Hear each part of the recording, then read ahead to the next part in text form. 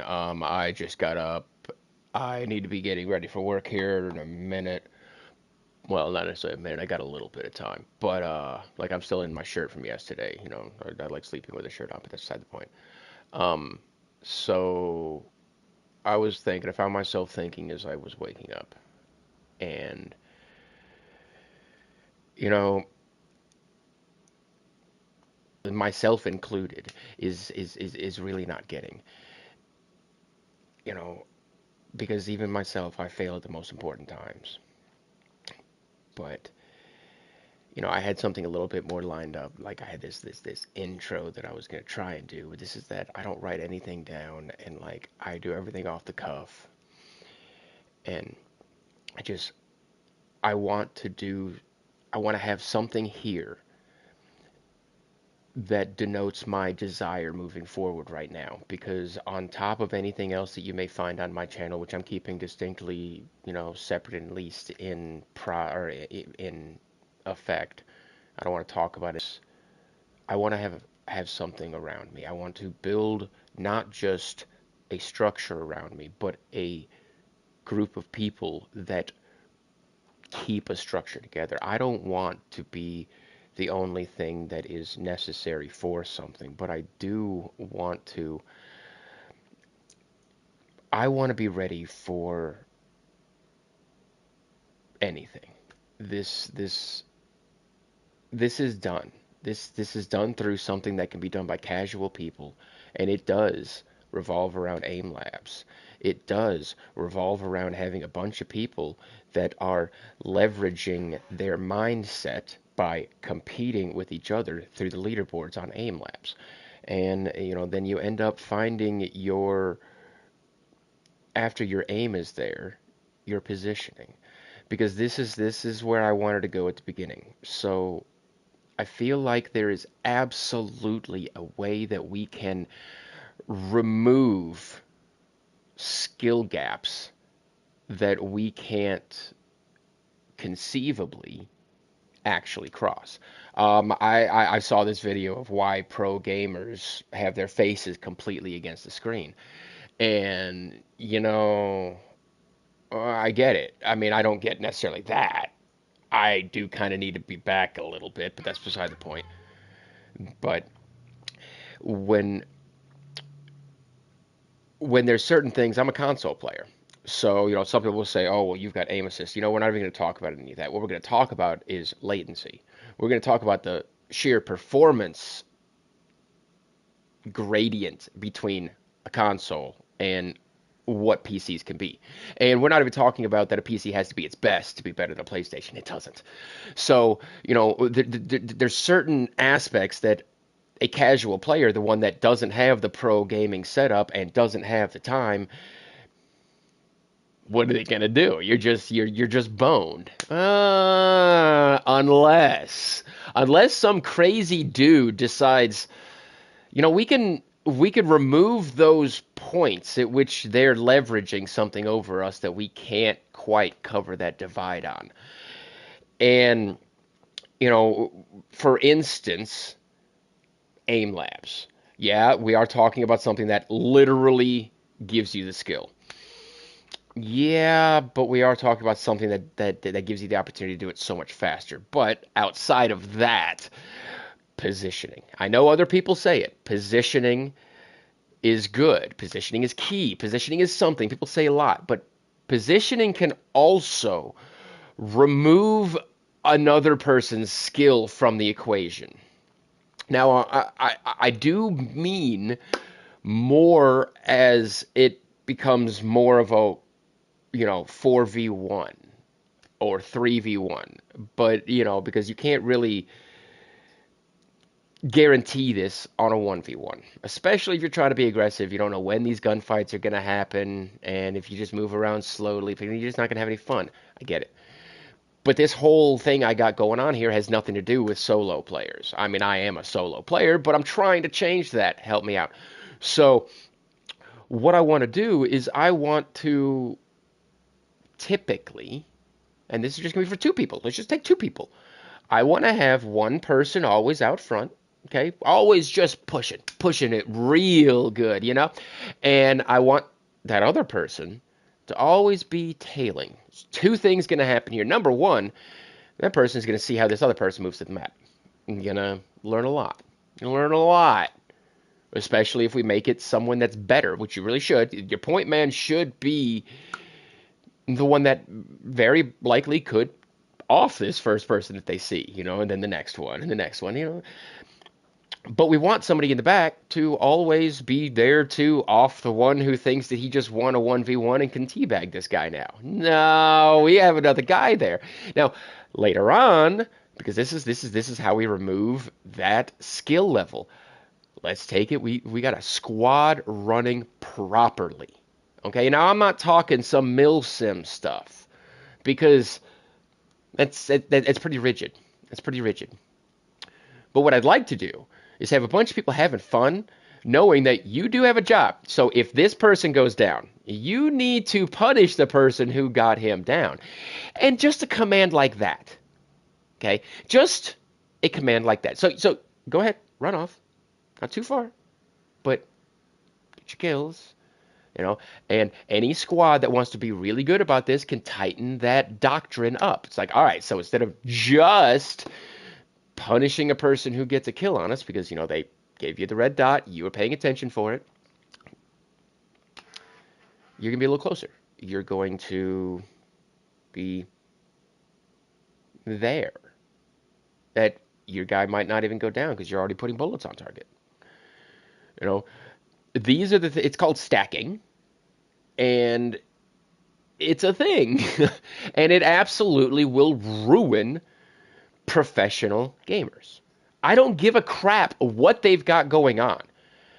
Warzone, Battlefield, Fortnite, I don't care. I have not played Fortnite, but I don't care.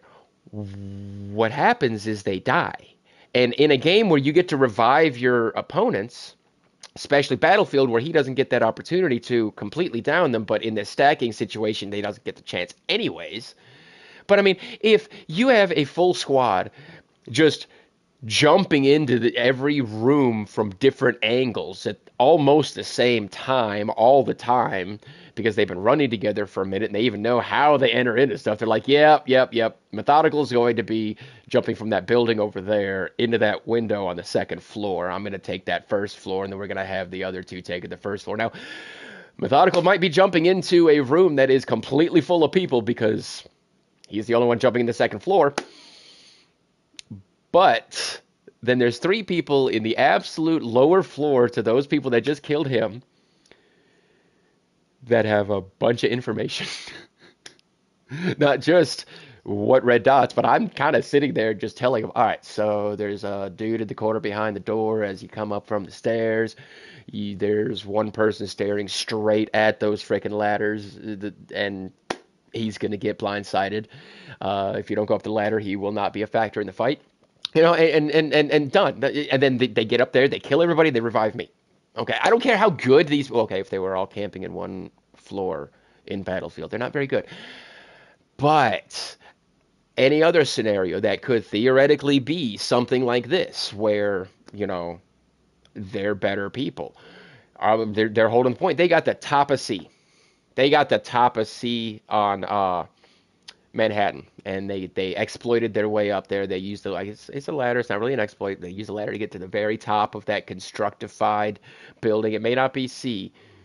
It's not the very middle, but whatever. All right, so every time we try and cap it, they snipe us from the top, or they just start beating us from the top. Okay, cool. I'm going to go get in the second floor, okay? You also go in the second floor. We're going to be on the other side of the buildings. And then you go jump on C. He comes out to kill you. Whatever side he comes from, he gets shot. Whatever. Don't get me wrong. This, no plan survives first contact with the enemy. I know Sun Tzu. But when something like that does go badly, there is more information, and you can recoup your losses because everybody gets to respawn. And you get to go and try it again, if it's even what you want to do, because it may have fallen apart because all of a sudden a bunch of reinforcements showed up. And I don't really want to be I want to work the seam. I want to find the path of least resistance. I've got this grandiose idea, and yes, I do actually have a theoretical way that I think we could actually get a full team. So if there's 64 people in the match, where we have 32 of them. Now, in practice, it would probably only get us like 27, but I do think I can get everybody into one match. And if all of a sudden we had, and I'm just going to take the conservative number, 27 people, not trying to do some convoluted, let's make sure we're doing this if they're capping this, and if they try and push us in this situation, we do this. Setting up these stupid little plans that are not going to be remembered when someone starts shooting, let alone following kills. Okay, this is not possible, at least at the outset, at least for a while after the outset. But what is, and it's pretty brutal, and I don't know if there's much of a counter for it. And I don't mind saying it on here because two reasons. Number one, nobody's watching. And number two, I don't know if anybody's actually gonna think of how to. I don't know. Because it was kind of an accident on like how I ended up thinking on how to actually do this. I was like, that seems like it might be just fringe enough to where it might not be noticed. But just make all of those 27 people go to the same place at the same time. Literally doing the same place at the same time. Now I have thought about designating some roles, and these roles would be certain things that would ultimately shift in between points, because obviously if you've got some people that are designated to want to be actually the capturing element of the group, they're gonna want to be there behind, because when I decide, or when everyone decides this point is captured, I wouldn't want to keep everybody there until it was. You would keep, you're like 7 or 8 people tops. Basically, if there's no resistance and the capture element got onto it, everybody else can just roll out and have this as an understood. If there's no gunfire going on, or not a lot of it, roll out. And that would send, let's just say, 20 more people at the very next location, taking, different routes, still stay in squads, because that is part of the doctrine. Basically, this is about keeping as few things on the conscious mind of the players that will leverage enough of this information that we have available to us to. I'd like to never lose one of these. I'd like to win every single one of them, because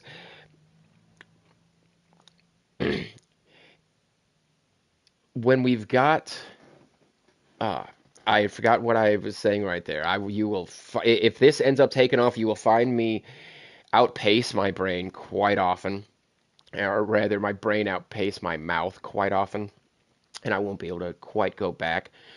But when you've got as few required understandings, so if you hear guys say go to A, if you are on the point capturing, you stay there until it's captured, and then once it is, you go off to A. Now I remember where I was. So this group of 20 people, they're going to go different directions. They're going to also try and stay in squads, because these are your respawn points.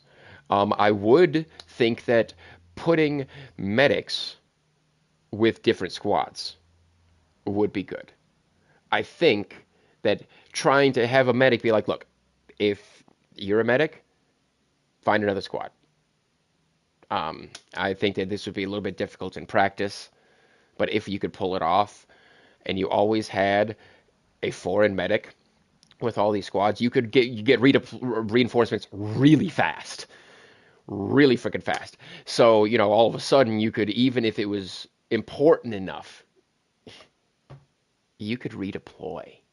You could have 3 members, the other 3 squad members of that medic that's over there, redeploy, and then all of a sudden show up over there. But like I said, it's a little bit clunky.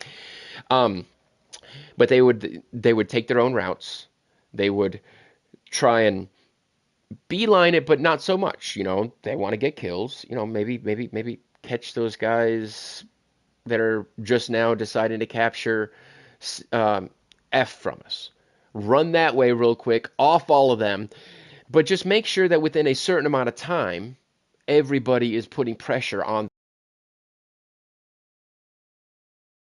If you keep doing that, and then as the ones that captured the last one are coming up, they're going to give you information on where anybody's coming from. They're like, all right, coming in from the northeast. You know, looks like they're bringing a tank. All of a sudden, you've got engineers at the east side of this location dropping a bunch of frickin' mines well before the tank ever sees them, because it's this element that's coming from a direction that the tank absolutely doesn't expect it to. Then it nullify the assault's perk of capturing speed by bodies. But if all of a sudden that tank starts taking rockets, it's going to try and either back up, take cover, or assault, push. One of the three. So, I like to remove options. If I can remove options from people who are better than me, it doesn't matter that they're better than me. So that's absolutely how I try and operate. And I really want to find a bunch of people who want to operate that way too, because it results in a lot of wins for me. You can watch my footage. I mean, I'm not the best, but I absolutely appear better than I actually am because of that positioning, because of that leveraging, because I want to remove your options. Um, and even if I'm not talking about the removing options so much during these videos, I'm definitely trying to start because, I guess that is probably the most marketable part of what I do in this game, in my life, is I remove options from people who are better than me. Not in any malicious kind of ways. It's just like when it's in competition things, when it's in things that are supposed to be competitive. So at work, I don't remove options from people. I give them. I teach techniques. I mean, don't get me wrong, cooking is the thing that I've done more in my life than anything else. So you'd be hard pressed to be better at working a a kitchen, a bunch of line cooks. I'm really a good sous chef, and when it comes to controlling that situation, yeah, you'd be really hard to outdo me. I got all the techniques in the world. I've spent a lot of time with a lot of different chefs, learning a lot of different techniques, picking and choosing my own, and knowing which ones will work better for other people than me sometimes. So, um, come with me. I've got a clan now. It's going to get a little bit better because I found myself needing to learn a little bit more about how to actually design this Discord. But the Discord server does exist. It is methodically evil, but if you go ahead and get at me on any of these, it will let me know, and I can give a server invite if anybody were to be really looking. Um, I know my boy Bag Ends that I was playing with the other night. He tuned into one of my streams, and I was gonna tell him about this part of it the other night. I'm gonna have to make sure he gets in on this. But if you're watching Duder, just let me know, because if you do see this, it's just me so far. But that's how the greatest things start. But all right, I'm gonna go ahead and get off of here because I have absolutely sat here and just blasted shit out of my mouth. I don't know if I'd call it shit. I will call it crazy. I will call it crazy. But this is that kind of mini maxing that I want to do. It's that kind of leveraging what I got in a world where what I got they don't even like. So it's been a backpedal my whole life, and even if I feel like that's been ultimately good for me, now that I'm 42 years old, yeah, that means I'm a battle dad and a little bit older than you might have thought I was. But I still got a little bit left in me, especially when I have Battlefield and I can use positioning and removing your options against you. All right. Thanks a lot. And I hope one day people are watching me because I really do like people. I really do. And I have this saying, everybody loves me for at least an hour. After that, it gets a little bit spotty. All right, take care. Peace.